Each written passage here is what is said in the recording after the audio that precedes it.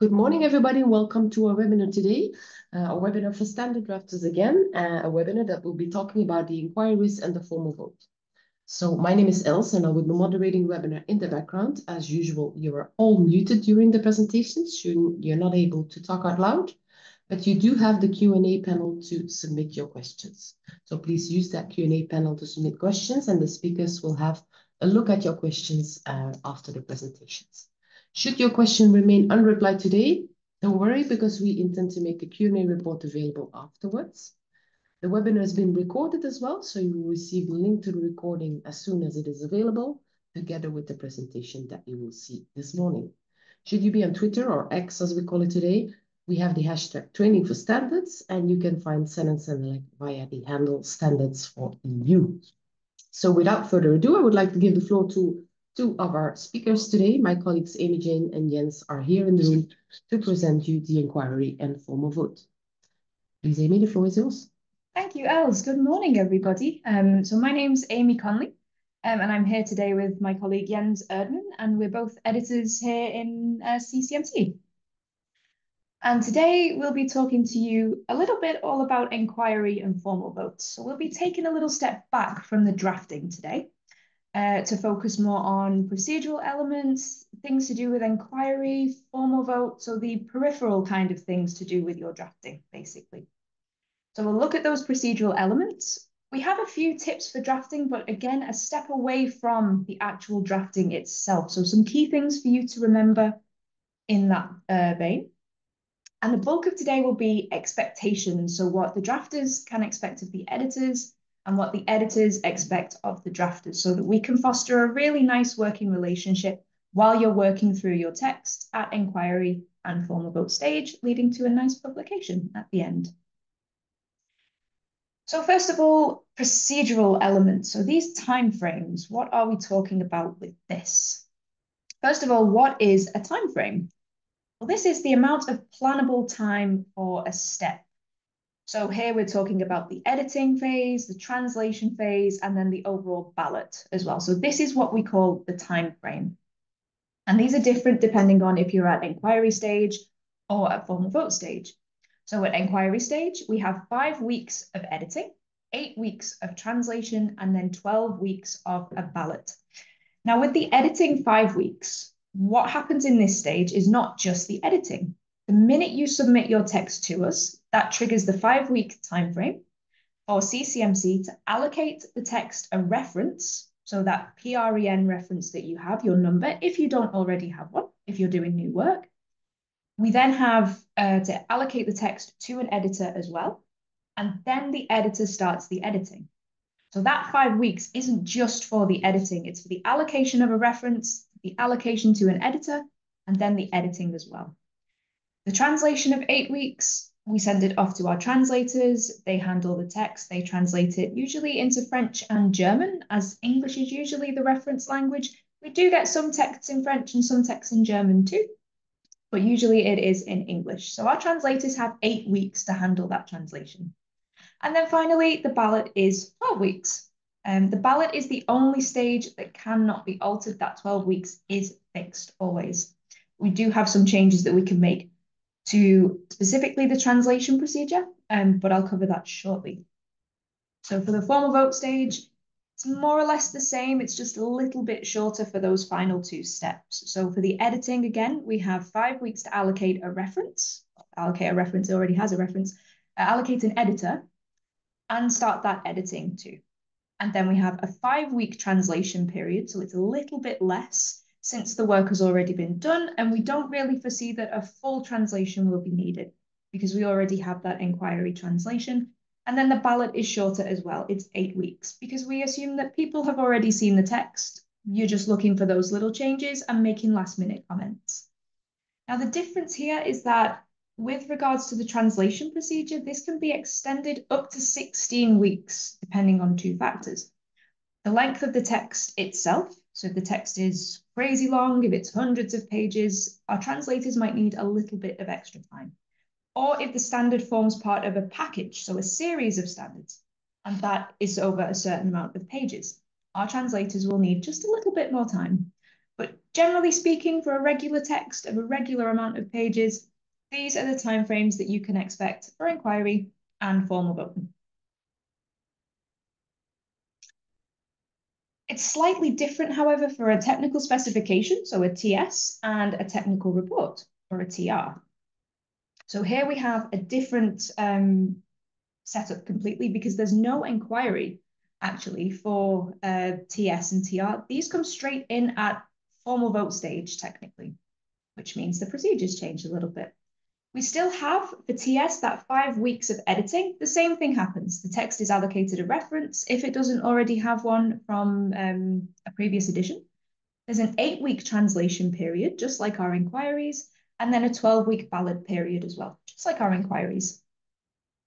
For TRs, it's different again. So we still have that 5-week editing where we allocate the reference, we allocate an editor, and we edit the text. But there's no translation period. There's no translation period at all. TRs are not translated. Our translators can choose if they want to send us a French or a German version, but it's not obligatory for them to do so. So we edit the text, and then as soon as it's edited, at the end of that 5 weeks, more or less, depending on how big our workload is, the TRs are sent directly to the ballot. So that's, yeah, it's worth keeping in mind. There's no translation to take into account.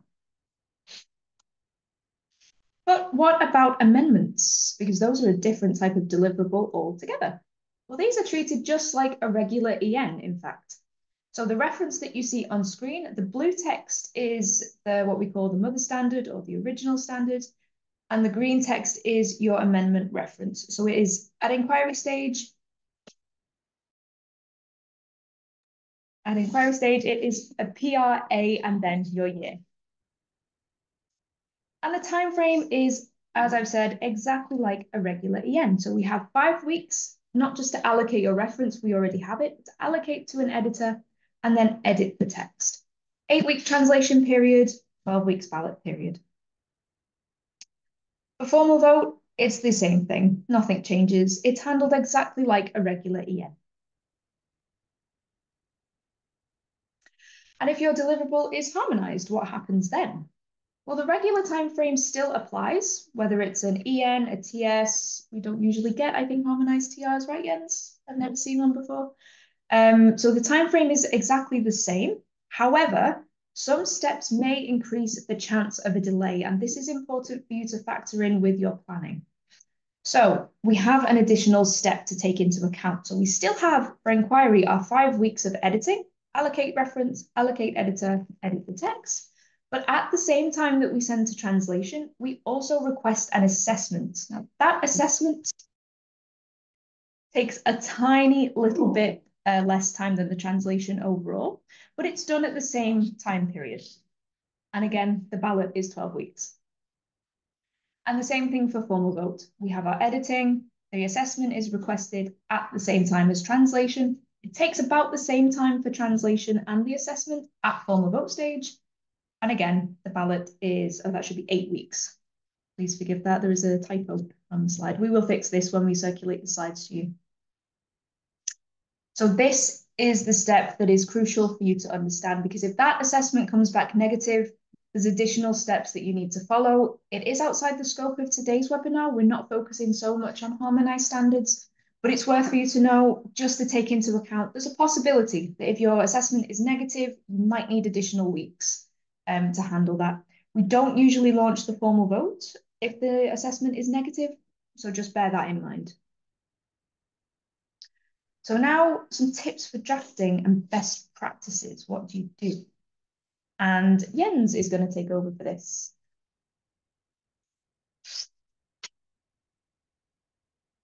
So first of all, use the correct template for either amendment or the full text.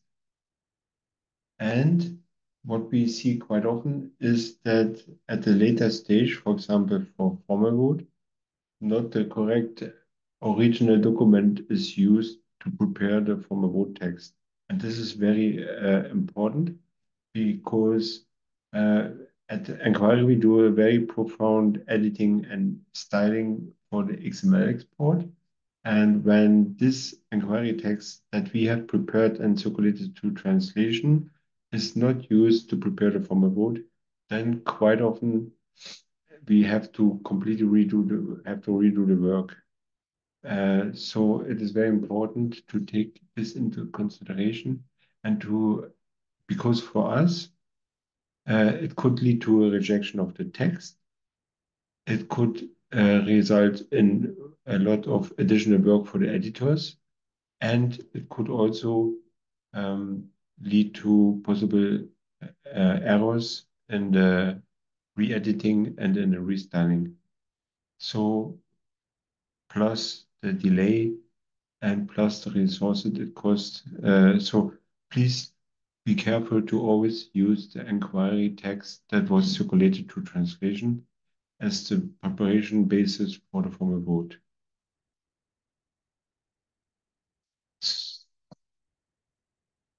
Yeah, so now we've talked about IR3 quite a lot. Our previous webinar, in fact, was a deep dive into IR3 and covered all of the rules in there, but not just what the rules are, what they mean, and how to apply them. And this is important because you need to know IR3. But you can turn it into a very helpful double-edged sword. So you can link our IR3 webinar, if you take a look at that.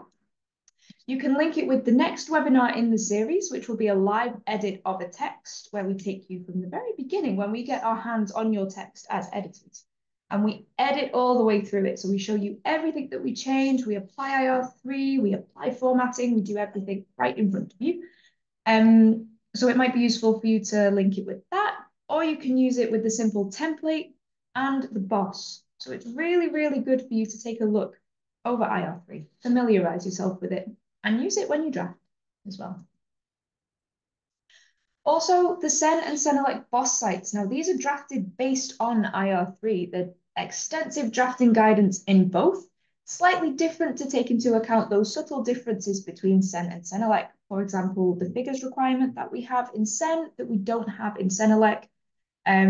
But again, an absolutely invaluable resource for you. And just a note to be careful on your use of your verbs as well, because we still see this problem quite a lot, and it can be quite confusing. So if you joined us for our previous webinar on IR3, you should remember the tables 3 to 7 that we really looked at quite in depth. And these are laid out just like this. So these give you examples and preferred verbal forms of every single element that you will need to express a requirement, a recommendation, permission, external constraints, and possibility and capability as well. So these are really important for you to just pay attention to while you're drafting. So I think this is, we're going to pass back to Jens.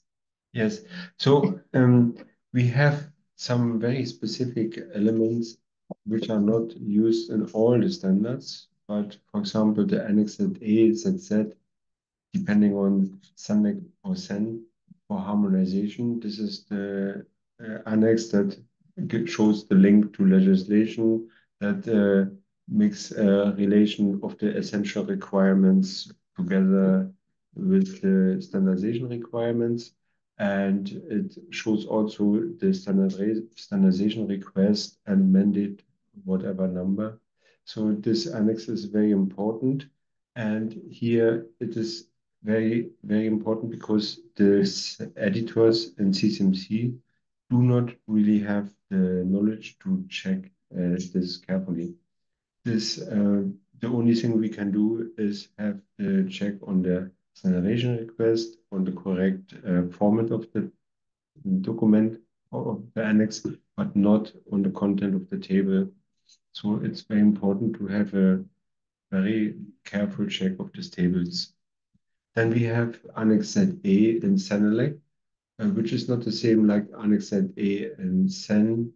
This is an annex that shows the relation between international standards and European implementations of those references that have been cited in the standard.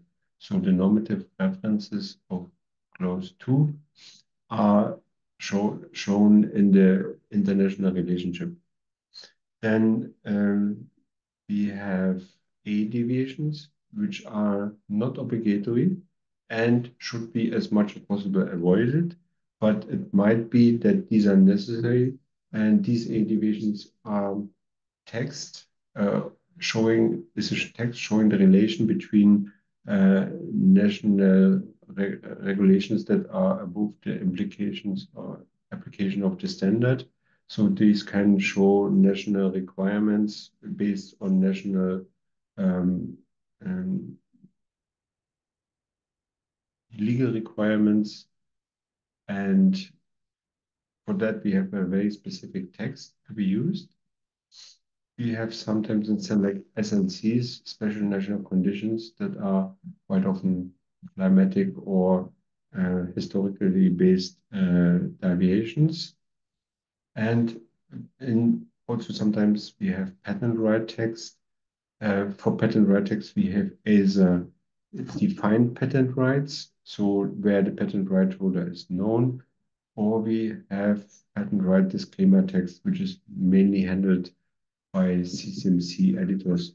However, if there is identified patent right, we need the patent right declaration under the different conditions, and we need the correct patent right text. For that, we need your input. Also, those patent rights are to be registered via CCMC on a certain area in the database and the website. So, talking about some expectations, we would like to emphasize that we like a very good collaboration between editors and standards drafters and the technical committees, technical bodies. So what can drafters expect from the CCM editors? Yeah, our core business here is in-depth editing, which contains editorial quality. Internal regulations, part 3 are followed. There are quite an extensive list of requirements that are to be followed, exclusions that may not be in the text, wording that may not be used, etc. Then the overall correct formatting of the text. This is a very important part of our work because we are preparing the documents for later XML export, for also exporting other deliverables like Word, PDF, XML, and sometimes additional documents, but this is out of today's focus. Then we also do a cleanup of editorial flows. So these are not only not followed rules, not correct formatting, but updating of the text, full stops, lists correctly done, and also the presentation of the text, the presentation of the main elements like the foreword, the introduction, like the content list, header, footer of the documents, etc. And one of our growing importance is that we have more and more uh, correctness of the database obligation. Uh, First of all, because we have a growing number of online tools of data used in documents via the XML upload, the metadata upload. So we have to ensure correct database update of titles, references, procedure dates, comments, planning dates, extensions, putting relation to request regarding eventual corrigenda, eventual resubmission, etc., so that the database shows also to the members and also internal very good historical record and a correct planning for the document procedures. So now that Jens has talked about what editors expect of drafters, we will now discuss what drafters can expect from editors. And the main one really is that communication overall is key. So your questions and comments need to be handled timely by us. So if you send us a question about your text, if you send us a comment, if something needs to be addressed, anything like that, we need to handle it in a timely fashion. So we don't want to leave you hanging for weeks and weeks and weeks. We want to answer you as quickly as possible, and you should expect us to. You can also expect us to follow up on any issues. So if you have a title issue, if you've accidentally sent a typo in or something, if there's any translation issues, anything to do with a BT decision that you're following up or harmonization issues, anything like that, you can expect us to follow up on those with you as well. And it goes without saying, the editors are experts in IR3 and editing. So you can expect us to give you editing advice, editing guidance, all that kind of stuff. If you've got any questions, comments, concerns, you're a bit freaking out if you're doing something correctly or not, your editors are here to help you, and you can expect that of us as well. And again, how to solve those IR3 enigmas, because it is a very complex document, and that's what we are here for, to help you figure out what IR3 is telling you to do.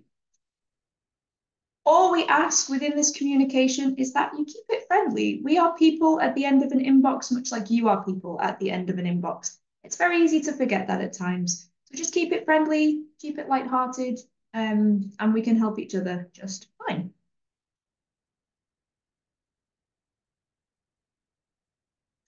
So you have to also use the correct template. So this is what we expect from you. So to use the correct template, we've given you all of the links of where you can find things just to make it easier for you, but we won't spend too much time here.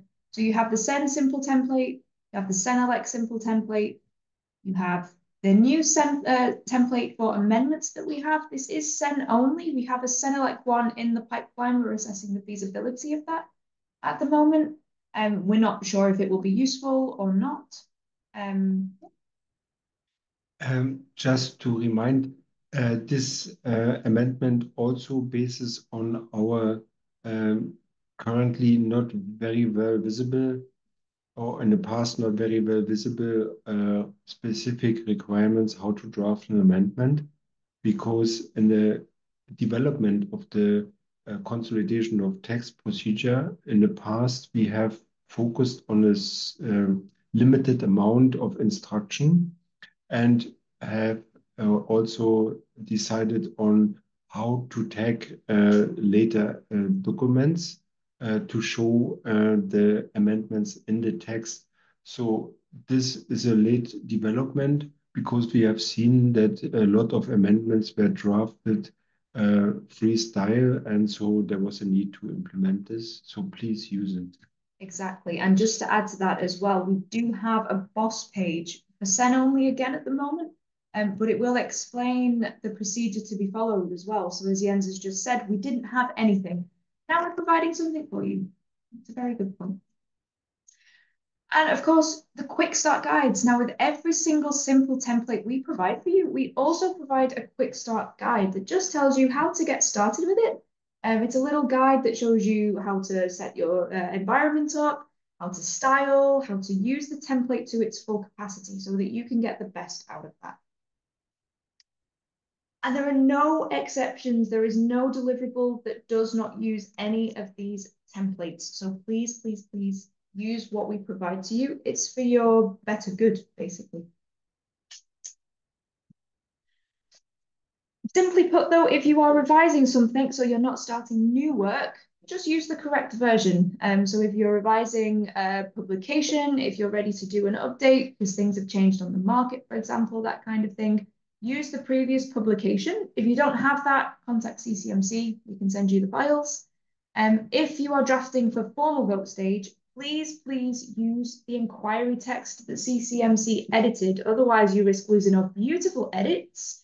And we sometimes do also risk losing the XML file. We have to regenerate absolutely everything, and that can lead to different complications. So just use what CCMC prepared. If you don't have it, contact us, and we are more than happy to send it.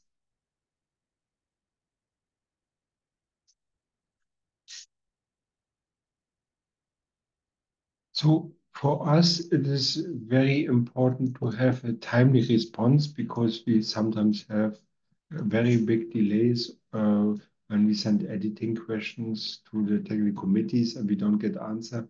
We cannot proceed, in particular not for formal vote text because formal vote text would not allow any technical change after the vote. So we have to have an answer for the questions before we go to the translation and final vote procedure.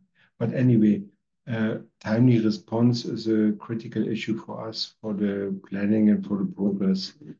Then we also need precise answer because editors do not really know the content of the document. They are not involved in drafting the document. They're not attending the working group meetings. So we cannot always guess what is to be done if the answer is not very, very clear. Then,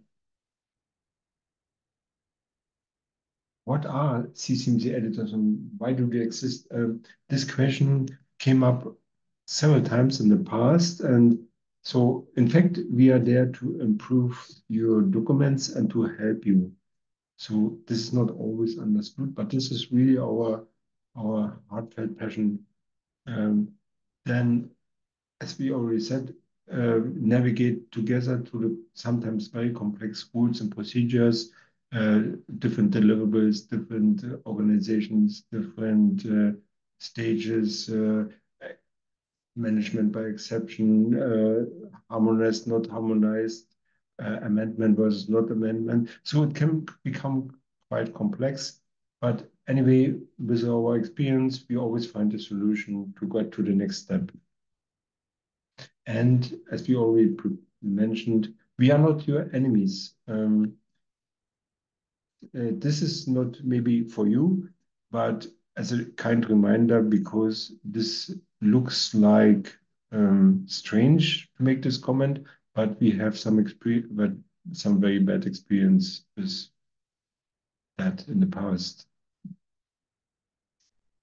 So what else do we expect from you? It goes without saying, we expect some good quality texts. What do we mean by quality? Think about your tables. These are just a few things that we've picked out that we constantly and regularly see issues with. So the tables is a really, really good one. So we ask that you draft them simply. Keep them nice, neat, even, not too long as you need them to be, of course, that goes without saying, but not pages and pages and pages long. Also, try not to merge and split cells as you go. This does cause some problems with the table itself. In terms of XML, it can corrupt them. And it's never pretty, and it takes us a long, long, long time to try and fix them. But just keep it nice and simple. And you give them a number designation as well. A title, if you'd like to give it a title, but at least it needs that number designation. So table 1, table A1, that kind of thing. If you have some supplementary information, put it in there, but you don't have to. Again, I've said don't make them too long. If they do have to run over multiple pages, just let them run over multiple pages. We sometimes see tables split on each page with a separate title, and it says table, I don't know, table B2, 1 of 4, and then there's 4 pages of tables, which looks great, but it increases the weight of the text. So when your editor prepares for the XML, it causes us some problems. We then have to merge all those tables together. We have to delete things. We have to play around with the formatting. It's okay just to let them run over multiple pages. But again, if you join us for our live edit, we can show you some tricks on how to make this look really pretty, if this is the case. Just as a also extension, we have not decided to do that because we like it. This requirement came, in fact, from XML drafting and XML export. So sometimes we are a bit limited to the tools and what was decided for the tools. Exactly. But because we're editors, we know how to make it look good. Right, Jens? So then for figures, not too much detail on this today because we have extensive guidance on BOSS, and that is underlined and italicized because it really is extensive. It goes really into detail. So take a look at that. There's On the CEN side, it is directly in the drafting guidance page. On the CENELEC side, there's a whole figures supplement, so it's a separate PDF file that includes everything. But the main takeaway from today is that you insert and link the figures when you pop them into your document. Otherwise, the submission interface simply won't work. You'll receive errors, and you'll have to message our colleagues in production, and it will cause delays for you. So just make sure they are inserted and also linked as well. So formulae, this is for formulae, we see also a lot of issues and problems. So please check the formulae formats and representation, because we need to export these formulas also via XML. And for XML, we are bound to currently mass type use. So when we receive documents with documents not with the formulae not in mass type, we have to convert and to reformat them with an automatic tool. But as you can imagine, sometimes the convert is not going smooth. And then we have afterwards problems, and it's very difficult for us to see what has changed in the formulae. So the editors are not technical experts, and so we need to trust the formulae, and we need to trust that during the voting periods, mistakes are seen and spotted. Then we also see that very important for the electronic check is that the Greek symbols of various mistakes, missing brackets or superfluous brackets, breaks, whatever, should be removed. If in mass type in particular, however, in non-mass type, because these will quite often bring interruptions and incorrect representation after the convert. And one very important issue is also the tolerances, limit deviations, units, spaces, fonts, double formatting.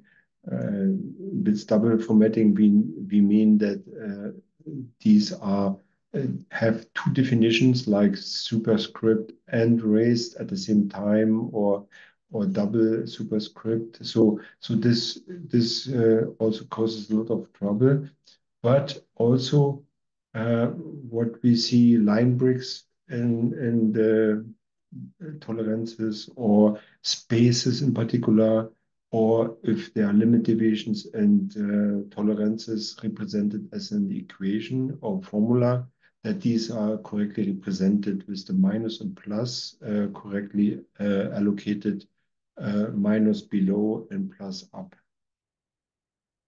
So these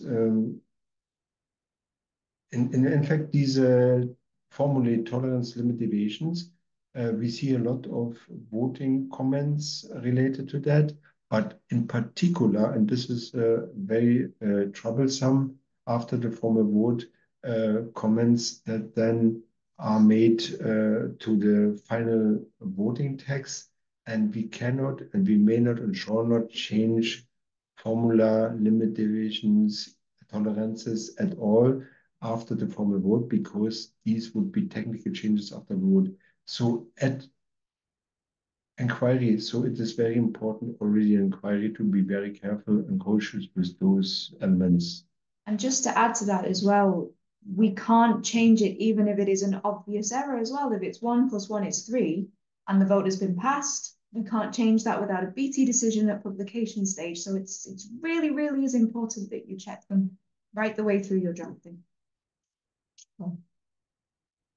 So terms and definitions is another big one that we sometimes see a lot of issues with, just in the way that they're drafted. Now, we did go through this very in depth in our previous webinar on IR3, so we won't spend too much time today, because it was covered very comprehensively last time. But if your definition looks anything different to what you see on screen, maybe you don't have the angle brackets, maybe you don't have a note to entry or a source, but if your definition is anything different to this, if it does not clearly define the term, if it is not a single sentence, We don't want to see it. Please make your editors cry like the chicken on your screen because it is such a beautiful definition. Please. There are specific rules for this, but yeah, it was already covered in much more detail, so do check that out. And then the annexes. So annexes are fairly important. They are an optional element. You don't have to have them if you don't want to. But if you choose to do so, you have two options. So you have a normative annex and an informative annex. And this is something that your editors cannot decide for you. So you have to decide as drafters what is normative and what is informative. And that labeling is important because it means separate things. So your normative annexes are obligatory requirements, that the drafter, the user is obliged to follow. Informative annexes contain optional requirements or additional information. You need to determine which one is which, basically. You also need to make sure, as Jens has already mentioned, do you have all of the correctly filled out annexes Z? Because we can't decide that for you. We can't fill those out for you. You need to ask yourself, are they after your main body, but before your bibliography? If they come anywhere else, they're not an annex, and we will have to modify that and ask you, and it's delayed.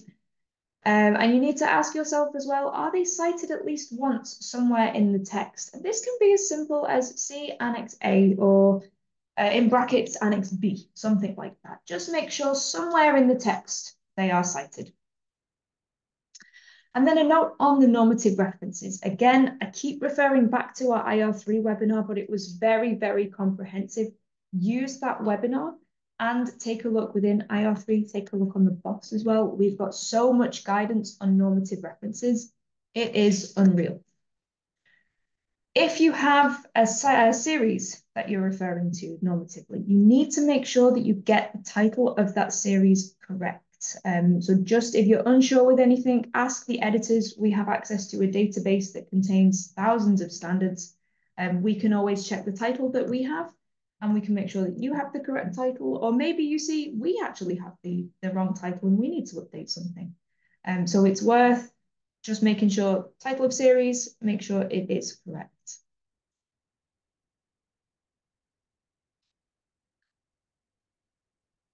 So what else do we need? What we also see in our daily editing work is that the European forward is very important because there are some elements that need to be checked carefully by the technical committee and afterwards also by us. So what is it? So the member holding the secretariat, recently we have seen quite some secretariat changes. And then when there's an update of a document, for example, to the next level or to by an amendment or whatever, we see that then sometimes the update of the secretariat holding member is missed or wrong. Then the superseding information is very important. First of all, we need to have the document that is superseded, precisely defined.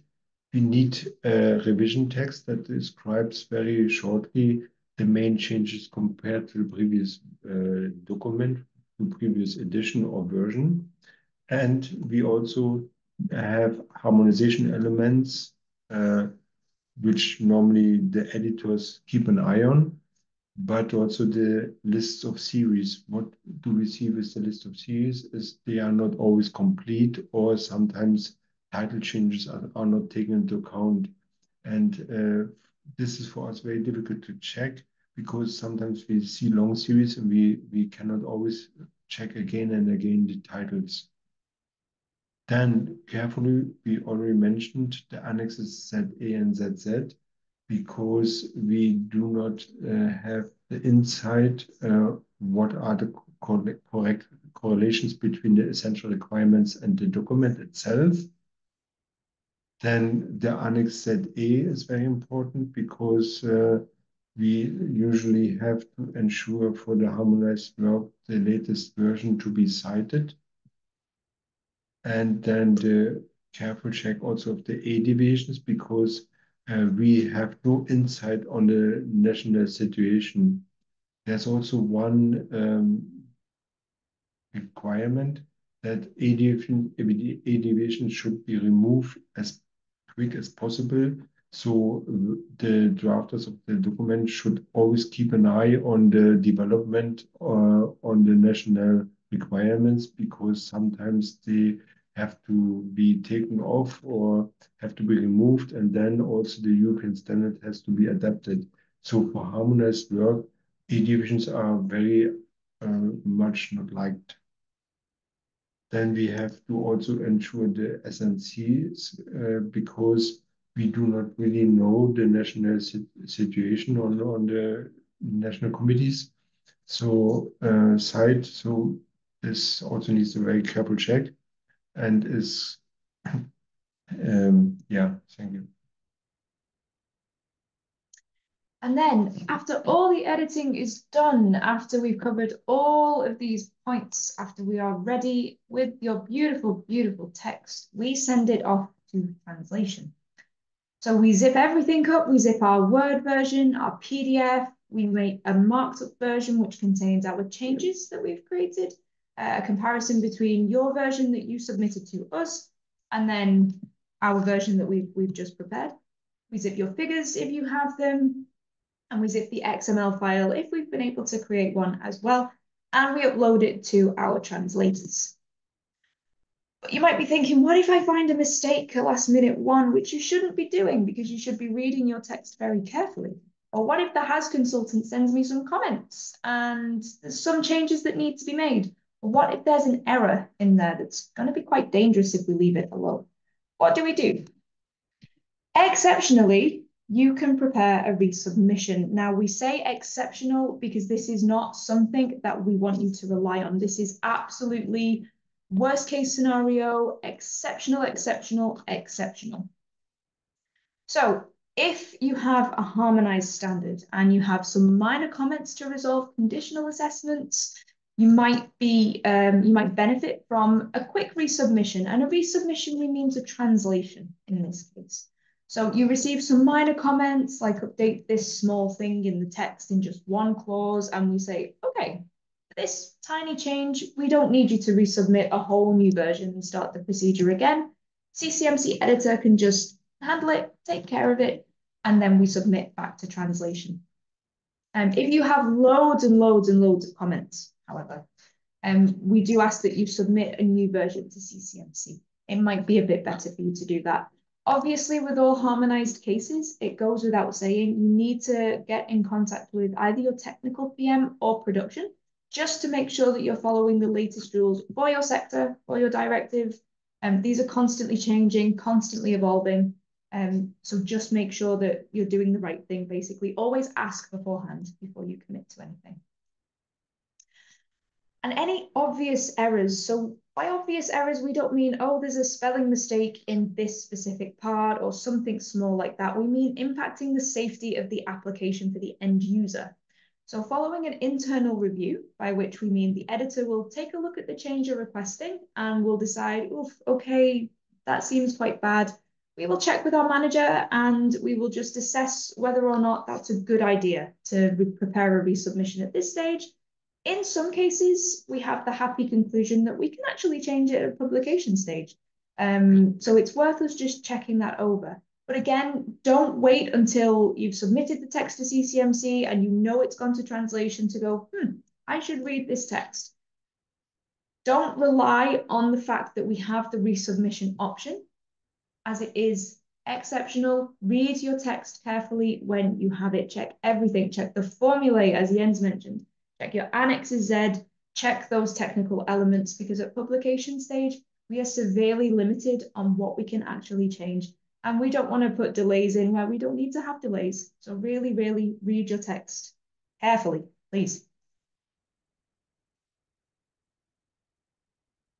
So then sometimes we get questions about the last days of the procedure, which is the week when the documents are uploaded to translation, because we have a final procedure going on here in CCMC where the editors have to collect translations. We have to update title pages when the translators request title page change or title change. We have to update the database to bring in the procedure dates. We also have the reprinting of the title pages. If title pages change, we have to reprint the title pages. If procedure dates change, including all the documents that are related, like dispatch notice and so on. Then we have to also ensure correct database because our database is the crucial data source for all the members for live link, for projects, for our internal procedures, for external procedures, for the follow-up and so on. So this is for us a very important task at the last days.